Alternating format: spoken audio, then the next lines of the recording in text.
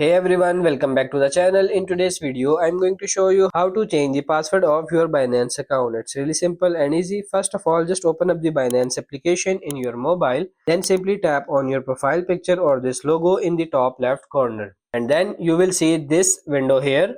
You have to tap on this gear icon in the top right corner. Now you will see there is no option for changing the password here. So now what you have to do is simply tap on your Binance user or the username of your Binance and simply tap on this logout. Now once you log out, you have to tap on this login. Now enter your email address or your phone number and then tap on this next. And then where it says enter your password, simply tap on this option forgot password. Now tap on the option continue. After that, enter your email address or your phone number and then tap on the option next. Now once you done that, you will have to simply complete a captcha.